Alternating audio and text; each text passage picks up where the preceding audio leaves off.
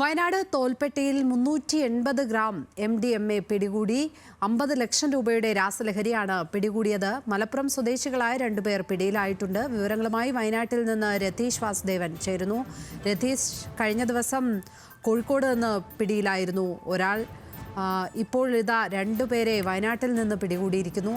ആരാണിവർ? മറ്റു വിശദാംശങ്ങൾ എന്തൊക്കെയാണ്?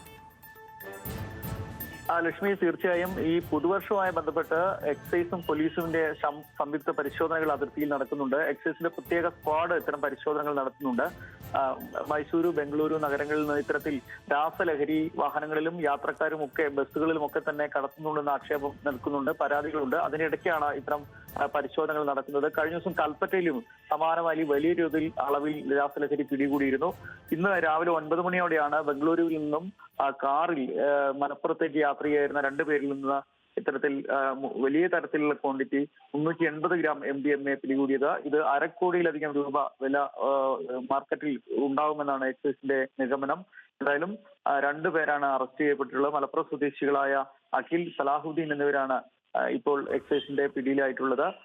ഈ ഇത്തരത്തിൽ മുത്തങ്ങയിലും തോൽപ്പെട്ടിയിലും കർണാടകത്തിന്റെ അതിർത്തി പ്രദേശങ്ങളിൽ ഇതര സംസ്ഥാനങ്ങളിൽ നിന്ന് കേരളത്തിലേക്ക് വരുന്ന പ്രധാന പാതകളിലാണ് ഇത്തരം പരിശോധനകൾ നടത്തുന്നത്. മാത്രവുമല്ല, മറ്റിടങ്ങളിൽ ഈ വിനോദസഞ്ചാര കേന്ദ്രങ്ങളിൽ ഉൾപ്പെടെ ഇത്തരം പരിശോധനകൾ നടക്കുന്നുണ്ട്. അതിനിടയിലാണ് ഇന്ന് രാവിലെ നടത്തിയ വാഹന പരിശോധനയ്ക്കിടയിലാണ് കാറിൽ നിന്നും യാത്രക്കാരായ രണ്ടുപേർ, മലപ്പുറം സ്വദേശികളായ രണ്ടുപേരിൽ നിന്നും വലിയ അളവിൽ ഈ വിൽപ്പനയ്ക്ക് കൊണ്ടുപോവുക എന്ന ഉദ്ദേശത്തോടു കൂടി തന്നെയുള്ള ഇത്തരത്തിൽ MDMA രാസലഹരി പിടികൂടിയിട്ടുള്ളത്.